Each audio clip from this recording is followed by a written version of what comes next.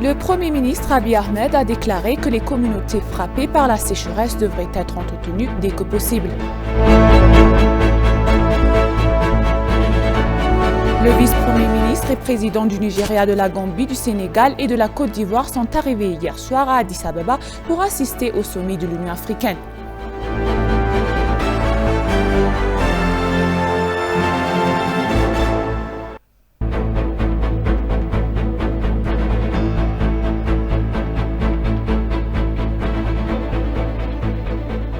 Bienvenue chers téléspectateurs, c'est moi Aïda Garamao avec le journal du 4 février. Le Premier ministre Abiy Ahmed a déclaré que les communautés frappées par la sécheresse devraient être soutenues dès que possible. Après avoir visité la zone de Borona de l'État d'Oromia, qui est gravement touchée par la sécheresse, le Premier ministre a déclaré sur sa page des médias sociaux que les communautés touchées par la sécheresse devraient être soutenues dès que possible. Il a déclaré que des régions telles que la zone de Borona dans l'État d'Oromia avaient été durement touchées par la sécheresse dans la Corne de l'Afrique, ajoutant qu'il est important de soutenir les communautés touchées à court terme. En particulier, a-t-il dit, les projets de développement de l'eau à moyen terme peuvent résoudre les problèmes sans aucun problème.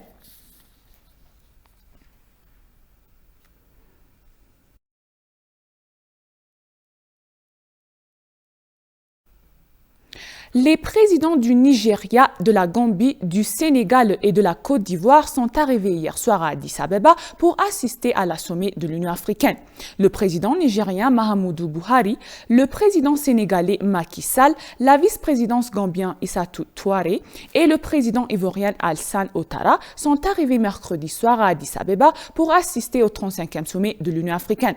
À ces arrivées à l'aéroport international de Bolé, les présidents ont été reçus par le ministre de la Paix Ben Alf Andoualem, le ministre des Finances Ahmed Shide et le ministre de l'Éducation Brahanu Naga.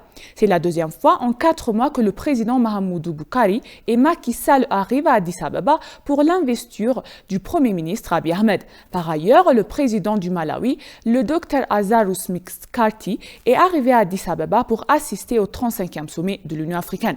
À son arrivée à l'aéroport international de Bolé, le président a été reçu par le ministre de la Culture et des Sports du FDRE, Kajala Merdassa, le ministre d'État aux Affaires étrangères, l'ambassadeur Burtukana Yano et des responsables du ministère des Affaires étrangères.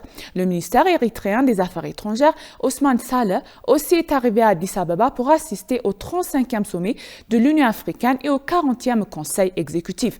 À son arrivée à l'aéroport international de Bolé, le ministre a été reçu par le FDRE. Selon le ministère des Affaires étrangères, le responsable du protocole, l'ambassadeur Faisal Ali, a été reçu par le ministère des Affaires étrangères.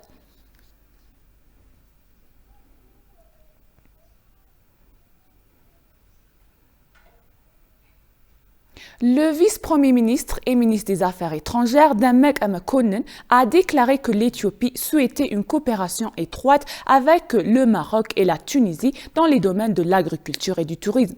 Il a fait ses remarques lors d'entretiens avec le ministre marocain et des Affaires étrangères, Nasser Bourita, sur les moyens de renforcer davantage les relations bilatérales entre l'Éthiopie et le Maroc. Le vice-premier ministre et ministre des Affaires étrangères, Demek Emekonnen, s'est entretenu aussi avec le ministre tunisien des Affaires étrangères Ottoman Gérande sur les questions bilatérales et régionales. Il a également abordé des questions bilatérales, régionales et internationales avec le Maroc, la Tunisie, en plus des secteurs agricoles et touristiques. Le vice-premier ministre et ministre des Affaires étrangères, Demek Emekonnen, en marge de la 40e réunion du Conseil exécutif de l'Union africaine, s'est entretenu avec les ministres de divers pays sur des questions d'intérêt national en Éthiopie. Selon le ministère des Affaires étrangères, le 35e sommet de l'Union africaine se tiendra le week-end prochain.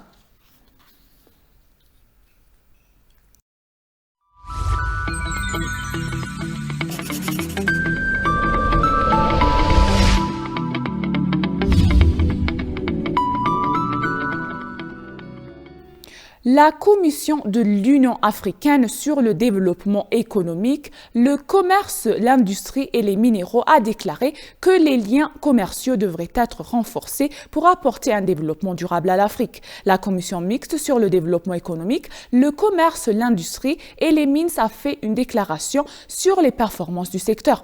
La commissaire de la Commission, l'ambassadeur Albert Muchanga, a déclaré que le secteur était toujours à l'essai. En particulier, a-t-il dit, le secteur du commerce et de la fabrication en Afrique est actuellement en déclin plutôt qu'en croissance. Il a déclaré que la plupart des exportations du continent allaient au-delà des matières premières et n'étaient pas valorisées à la fin du processus de production. Il a également déclaré que la situation permet à l'Afrique de transformer ses propres matières premières et d'importer des produits finis. Par conséquent, afin de parvenir à un développement durable en Afrique, il est nécessaire de renforcer les liens commerciaux et d'exporter des produits à valeur ajoutée, a-t-il déclaré. Le commissaire a ajouté que le lendemain de la libération de la plupart des pays africains au joug colonial, la part du continent dans le commerce international était de 6%. Selon une étude récente, ce chiffre est tombé à 2,8%, ce qui est préoccupant. Il a déclaré que le commerce africain et le commerce régional doivent être renforcés pour résoudre le problème. Non seulement, cela a-t-il dit, il est important d'exporter des produits à valeur ajoutée et d'augmenter les exportations. Il a également mentionné que les entreprises du continent importent également des intrants industriels. Si le commerce régional et continental de l'Afrique était fort, ce ne serait pas un problème, a déclaré l'ambassadeur Albert.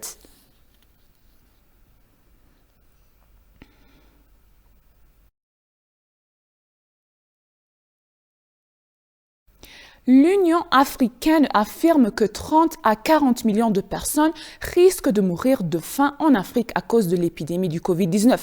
La commissaire à l'agriculture, au développement rural, à l'économie et à l'environnement durable, Joséphou Youssouf, a fait ses remarques au bureau de l'Union africaine à Addis Abeba. Elle a déclaré que la crise pourrait faire passer le nombre personnel souffrant de la faim en Afrique de 270 à 280 millions. Système alimentaire africain au cours de 4 à 5 dernières années, changement climatique, selon la commissaire, le nombre de personnes souffrant de malnutrition a fortement augmenté en raison de l'épidémie de criquet et du Covid-19.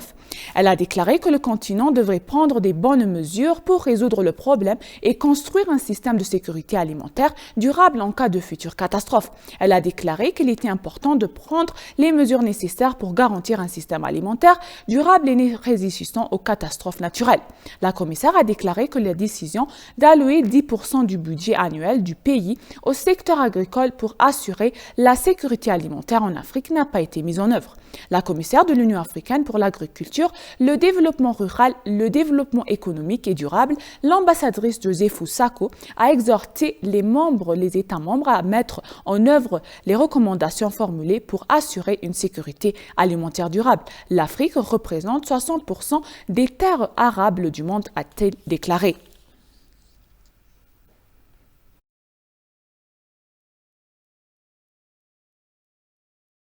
La 40e réunion du Conseil exécutif de l'Union africaine se poursuit. Le 40e Conseil exécutif de l'Union africaine a discuté moyens de prévenir et de contrôler les maladies sur le continent, a déclaré l'ambassadeur Dina Mufti. Le porte-parole du ministère des Affaires étrangères, Dina Mufti, a déclaré aux journalistes « L'Afrique dispose d'un budget fiable ». Selon l'ambassadeur Dina, le Conseil discutera également du projet d'ordre du jour du 35e sommet de l'Union africaine qui se tiendra cette semaine.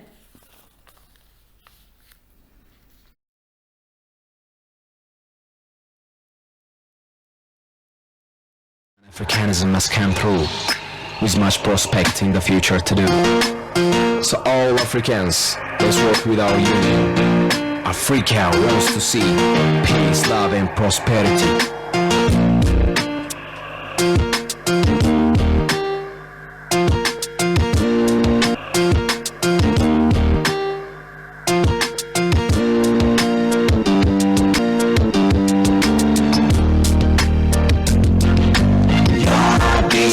አስተሳሰብ የአዲስ ቃና ብስራት ናፍናፋት ናፍናኝ የአፍሪካችን ህብረት የአዲስ አስተሳሰብ የአዲስ ቃና ብስራት ናፍናፋት ናፍናኝ የአፍሪካችን ህብረት Le maréchal Burhanu Jula, chef d'état-major des forces armées, a déclaré que l'Éthiopie avait été en mesure de construire une armée invincible pendant la guerre. La cérémonie de remise des médailles et des récompenses du commandement du Nord-Ouest a eu lieu à Humera. Il a également déclaré que l'armée que le pays a construite pendant la guerre est très agressive et que les activités menées par le pays dans la construction de l'armée sont en grand moral. Il a déclaré que l'armée était en état d'alerte maximale pour contrecarrer le rêve du TPLF d'ouvrir le couloir ouest. Dans la félicitation en gagnant du programme, le maréchal Burhanu Jula a déclaré qu'il est une armée forte qui a combattu et gagné pour la paix aujourd'hui, non seulement pour détruire le rêve de l'ennemi en détruisant les forteresses naturelles et artificielles sur lesquelles il comptait dans le nord-ouest. Il a dit que le prix lui avait été décerné pour sa lutte et sa victoire et pour avoir donné l'exemple dans l'armée et augmenté le prix pour le pays. Il a déclaré que la victoire avait été organisée par l'armée au milieu de ses capacités. Tous les ordres doivent être préparés pour mettre fin à la guerre, a-t-il déclaré.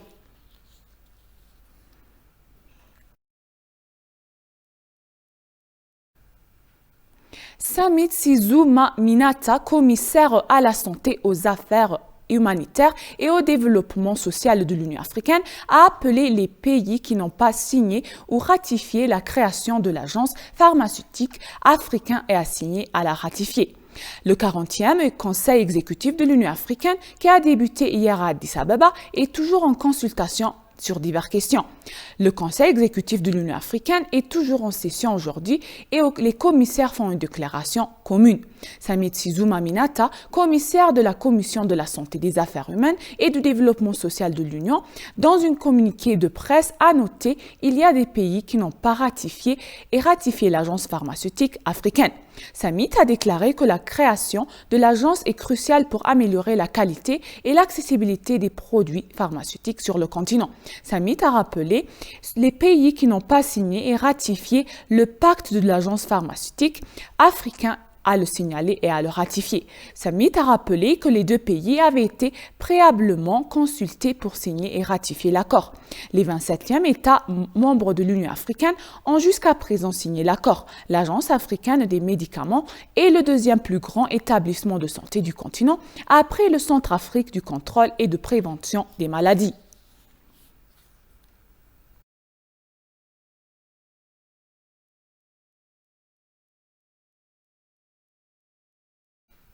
L'autorité éthiopienne des médias a déclaré que 340 journalistes étrangers étaient arrivés à Addis Abeba pour couvrir le sommet de l'Union africaine. La 40e réunion du Conseil exécutif de l'Union africaine se termine aujourd'hui et le 35e sommet aura lieu ce week-end. Le sommet de l'Union africaine de cette année se tiendra sous le thème renforcement des capacités en matière de nutrition, accélération du développement des ressources humaines, développement économique et social. Selon l'autorité éthiopienne des médias, 340 journalistes étrangers sont arrivés à Addis Abeba pour couvrir la conférence à la suite du déclenchement de l'épidémie du Pacte 19.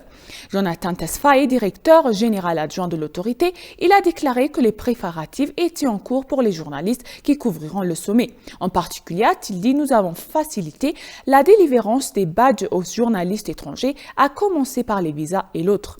Il a déclaré avoir travaillé avec l'Union africaine, le ministère des Affaires étrangères, la Commission de l'immigration et les douanes a reçu à ce jour plus de 700 badges de journalistes locaux et internationaux. Dans les prochains jours, l'avantage de journalistes étrangers devrait arriver à Addis Abeba dans le même but. Selon lui, l'arrivée des journalistes en Éthiopie est une bonne occasion pour eux de comprendre les fausses rumeurs qui circulent dans certains pays occidentaux et de rapporter les faits.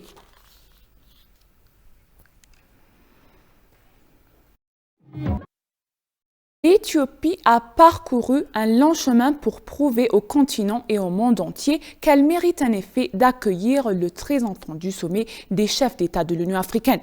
De la guerre pour la survie du pandémie 19 et au renforcement de la résilience agricole, la nation de la Corne de l'Afrique est devenue un phare de la lutte anticolonialiste. Malgré les presses actuelles et les confrontés, le pays continue d'être un choix populaire pour accueillir les forums internationaux. Samra Outkouda a plus sur le sujet. L'Éthiopie, l'un des États les plus avancés dans l'éducation de la nation, a traversé des années d'instabilité et de guerre. Les conflits prolongés dans les pays ont mis à rude épreuve son ancienne civilisation. Même après la libération de l'Afrique, les pays ont fait face à une grande instabilité tant à l'intérieur qu'à l'extérieur du pays en raison de l'empoisonnement des Européens lorsqu'ils ont quitté l'Afrique. Le gouvernement a dévoilé un plan de développement décennal couvrant la période 2021 jusqu'à 2030. Le nouveau plan qui est confirmé au programme de réforme économique du pays s'occide au plan quinquennal de croissance et de transformation du pays, GTP2. L'investissement est l'un des principaux moyens par lesquels l'économie d'un pays peut se résoudre. À cet égard, l'instabilité du pays au cours des dernières années a affecté l'industrie, mais elle a continué à s'efforcer de maintenir sa destination d'investissement périphérique avec une efficacité et des sacrifices élevés. L'arrivée massive de la diaspora a permis de donner un niveau souffle à l'économie et de susciter des élites. De plus, malgré les pressions exercées à l'intérieur comme à l'extérieur, l'Éthiopie entreprise un remarquable travail de développement vert qui peut sauver le monde de la menace du changement climatique. En termes de tourisme, l'industrie a été dans un état de désordre à cause de Covid-19, mais suite au défi de rentrée du gouvernement pour la célébration de Noël, plusieurs milliers d'Éthiopiens et des amis de l'Éthiopie sont rentrés chez eux pour renouveler les soutiens à la maison, en même temps changer leur perception du monde de la stabilité de l'Éthiopie. La force opérationnelle interarmée a annoncé que le vélo est interdit jusqu'au 35e sommet de l'Union africaine. Le 35e sommet de l'Union africaine sera accueilli par l'Éthiopie à Addis Abeba les 28 et 29 janvier 2014. Le groupe de travail conjoint en collaboration avec le Bureau des routes et des transports de la ville d'Addis Abeba, le vendredi 27 janvier 2014, fournira une moto à 2 roues de 3 jours qui sera utilisée par les forces de sécurité pendant 3 jours à partir du vendredi 27 janvier 2014. La force opérationnelle interarmée a déclaré que le cyclisme est interdit dans tous les parties d'Addis Abeba à tout moment. Le groupe de travail a annoncé qu'il prendra des mesures strictes contre ceux qui mettent le message aux motocyclistes et aux conducteurs.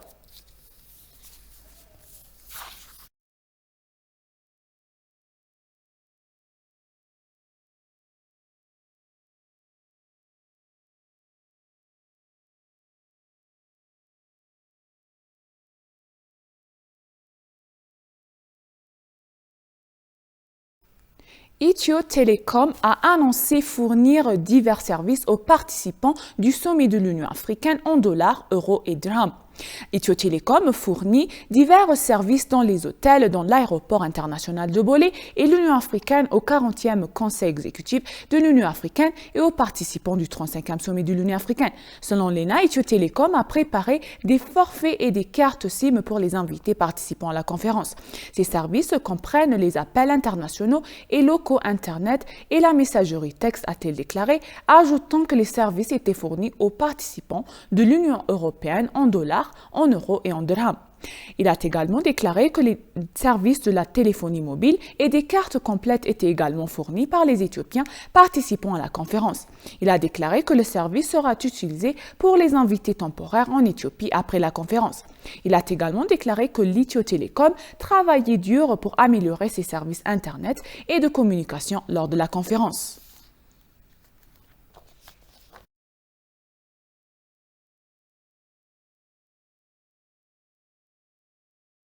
Chers téléspectateurs, nous vous rappelons les titres principaux. Le Premier ministre Abiy Ahmed a déclaré que les communautés frappées par la sécheresse devraient être soutenues dès que possible.